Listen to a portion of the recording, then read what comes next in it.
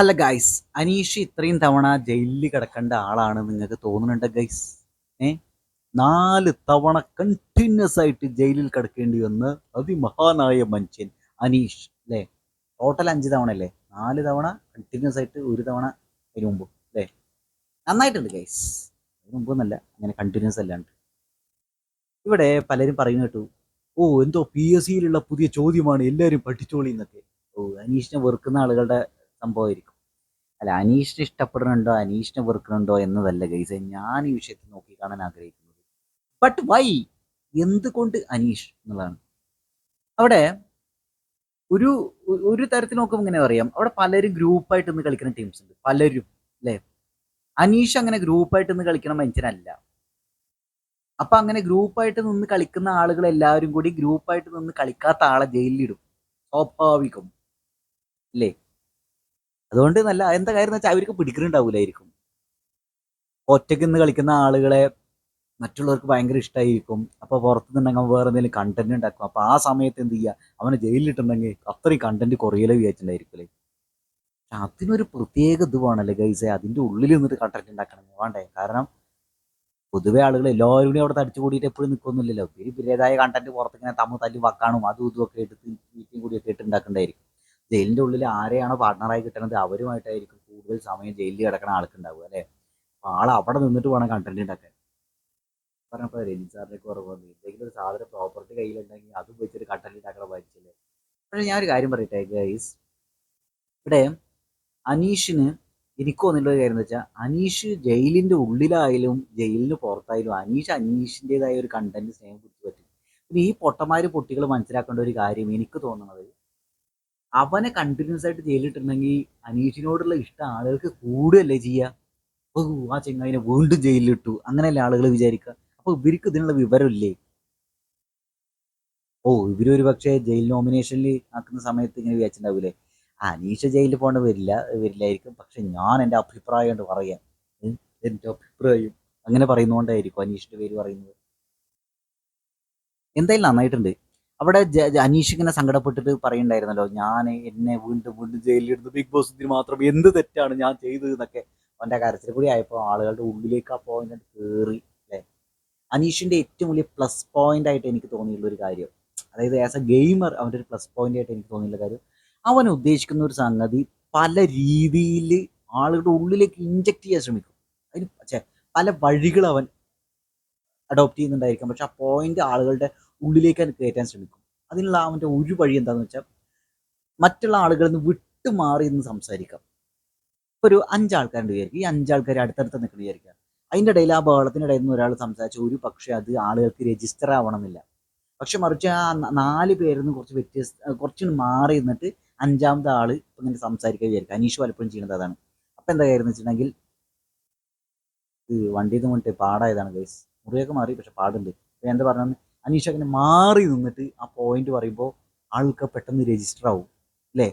പിന്നെ ഇതിൽ വേറൊരു സംഗതി എനിക്ക് തോന്നിയില്ല, എന്താ വെച്ചാൽ അനീഷ് മറ്റുള്ള ആളുകളിൽ നിന്ന് കുറച്ച് മാറി നിന്നിട്ട് അവന്റെ പോയിന്റ് പറയുന്നു, ആളുകൾക്ക് രജിസ്റ്റർ ആക്കി കൊടുക്കുന്നു, ആളുകളുടെ മൈൻഡിലേക്ക് ബ്രെയിനിലേക്ക് കയറ്റുന്നു എന്നല്ലേ പറഞ്ഞത്, ഹൃദയത്തിലേക്കും. അത് വേറെ കാര്യം. ആളുകളെ എന്താ പറയുക, ലോജിക്ക് വെച്ചിട്ട് മാത്രമല്ല അനീഷിനെ ആളുകൾ ഇഷ്ടപ്പെടുന്നത് എനിക്ക് തോന്നിയില്ല. അതായത് നമ്മുടെ ചെക്കൻ ഉണ്ട്, പാവം ചെക്കൻ, ഈ ഒരു സാധനല്ലേ, ഇതൊരു വൈകാരികമായ ചിന്തയും കൂടിയല്ലേ. അപ്പൊ ഞാൻ പറഞ്ഞു വരുന്നത്, അനീഷിനെ ജയിലിൽ അടച്ചിട്ടുണ്ടെങ്കിൽ ഇതിന്റെ വേറൊരു സംഗതി, ആ കണ്ടസ്റ്റൻസ് അറിഞ്ഞോ അറിയാണ്ടേ ചെയ്യുന്ന ഒരു പൊട്ടത്തരം എന്താന്ന് വെച്ചാൽ, അനീഷിന് അതിൻ്റെ ഉള്ളിൽ വലിയ ശല്യങ്ങളൊന്നുമില്ല. അവൻ അവിടെ നിന്നിട്ട് അവന്റെ കാര്യങ്ങളൊക്കെ ഇങ്ങനെ പറയാൻ പറ്റും, കൂടുള്ള ആളുടെ അടുത്ത് ഇങ്ങനെ സംസാരിക്കണത് ബിഗ് ബോസിൽ എന്തെങ്കിലും കാര്യമായി കാണിക്കുകയും ചെയ്യും.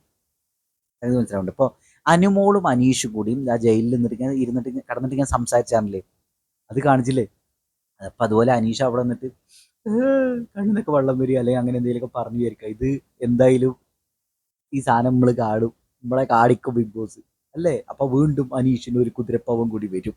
ഏഹ് പിന്നെ വേറൊരു കാര്യം എന്താ വെച്ചിട്ടുണ്ടെങ്കിൽ, അനീഷ് ജയിലിന്റെ ഉള്ളിൽ കടക്കണ അവസ്ഥ ഇത് ആലോചിച്ച് നോക്കുക, ഒന്ന് നോക്കുക, നിങ്ങൾ ഒന്ന് അനലൈസ് ചെയ്യാം. അപ്പൊ ഇവര് ജയിലിന് പുറത്താണ് ബാക്കി ആൾക്കാർ, അതായത് അനീഷും വേറൊരാളും കൂടിയല്ല ജയിലിന്റെ ഉള്ളിൽ ഉണ്ടാവുക, ബാക്കിയുള്ളവരൊക്കെ പുറത്താണ്. അപ്പൊ ഈ പുറത്തുള്ള സംഭവം എന്താ വെച്ചിട്ടുണ്ടെങ്കിൽ, അനീഷിന് പറയാനുള്ള കാര്യങ്ങൾ ജയിലിന്റെ ഉള്ളിലുള്ള ഒരാളുടെ അടുത്ത് പറയുണ്ടാവുക. പുറത്തുള്ള ആളുകൾ എന്തെങ്കിലുമൊക്കെ പറയുമ്പോൾ അവ അതിന് പൊതുവെ റെസ്പോണ്ട് ചെയ്യുക മാത്രമേ ചെയ്യുള്ളൂ. പിന്നെ കുറെ കണ്ട് സൈലന്റ് ആവും അല്ലെ, പിന്നെ ഒരേ ഇരുത്തിരിക്കും, ഇതല്ലേ സംഭവം. അപ്പോൾ ഈ ജയിലിന് പുറത്തുള്ള ആളുകൾ അവനോട് എന്തെങ്കിലും സംസാരിക്കുക ഇറിറ്റേറ്റ് ചെയ്യുകയൊക്കെ ചെയ്യുമ്പോൾ ഓൾറെഡി ആളുകളുടെ ഉള്ളിൽ കിടക്കുന്നുണ്ടായിരിക്കൂലേ, ഇവൻ എത്ര വട്ടാ ജയിലിൻ്റെ ഉള്ളിലാക്കണത്, ഇവനേക്കാൾ എന്ത് കാണിക്കുന്ന ആക്ക് കിട്ടില്ല. സംഭവം മനസ്സിലായോ? പരിപാടികൾ കാണിച്ചുള്ള ആളുകൾ പുറത്തുണ്ടല്ല, അവരൊന്നും ബിഗ് ബോസ് ജയിലിൻ്റെ ഉള്ളിലാക്കണില്ല, ഇവർ നോമിനേറ്റ് ചെയ്യണില്ല. ഈ ഒരു സാധനം ആളുകളുടെ ഉള്ളിൽ നിൽക്കണേൻ്റെ ഇടയിൽ കൂടെയാണ് എന്ത് കയറുന്നത്, അനീഷിനെ ഇറിറ്റേറ്റ് ചെയ്യാൻ വേണ്ടി അതാ വരുന്നു എന്നൊക്കെ മനസ്സിലാവുണ്ട്. അപ്പോൾ വീണ്ടും അനീഷിന് ഒരു പൊൻതൂവൽ ഗൈസ്. അപ്പൊ ഇങ്ങനെ അനീഷ് ജയിൽ ടാസ്കിലൂടെ ജയിൽ നോമിനേഷനിലൂടെ ജയിൽ ടാസ്കുകളിലൂടെ കയറി കയറി കയറി വരുന്നുണ്ട് എന്നാണ് ഗൈസ് എൻ്റെ കണ്ടെത്തൽ. നിങ്ങൾക്ക് എന്താണ് തോന്നുന്നത്? നിങ്ങളുടെ കണ്ടെത്തൽ എന്താണ്? ഒന്ന് അഭിപ്രായം ഒന്ന് കമന്റ് ചെയ്യുക ഗൈസ്. എന്തായാലും അനീഷിന് കിട്ടുന്ന വലിയ ഒരു അവസരമാണ് ജയിൽ നോമിനേഷൻ, അല്ലെങ്കിൽ അവന് കിട്ടുന്ന ജയിലിലുള്ള സമയം.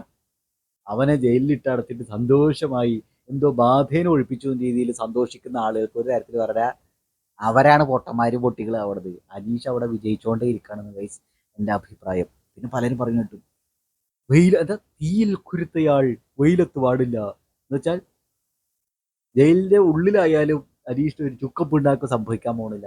എനിക്കും അങ്ങനെ തോന്നുന്നുണ്ട് ഗൈസ്, അതാണ് എനിക്ക് തോന്നുന്നത്. തീയിലാണോ വെയിലത്താണോ അതൊന്നല്ല ഇവിടെ വിഷയം. സംഭവം എന്താ വെച്ചാൽ അനീഷ് ഒറ്റയാനായിട്ട് നിൽക്കുകയാണ്. കുറച്ച് ഇടയ്ക്ക് മാത്രം ആ ഷാനവാസായിട്ടൊരു പരിപാടി ഉണ്ടായിരുന്നു. ഷാനവാസ് അവനെ സെഡ്യൂസ് ചെയ്യാൻ നോക്കിയതാണ് എന്നുള്ള രീതിയിൽ ഷാനവാസിനെ ചീത്ത പേരായിട്ട് പലപ്പോഴും മാറണത് അല്ലേ. അപ്പോൾ ഇവിടുത്തെ ഒരു അവസ്ഥ എന്താ വെച്ചിട്ടുണ്ടെങ്കിൽ ഇനി ഒരു വട്ടം കൂടി ജയിലിലേക്ക് അവനെ ഇട്ടിട്ടുണ്ടെങ്കിൽ ടോപ്പ് 5 അനീഷ് കൺഫേം ആവുമെന്നാണ് ഗൈസ് എനിക്ക് തോന്നണത്.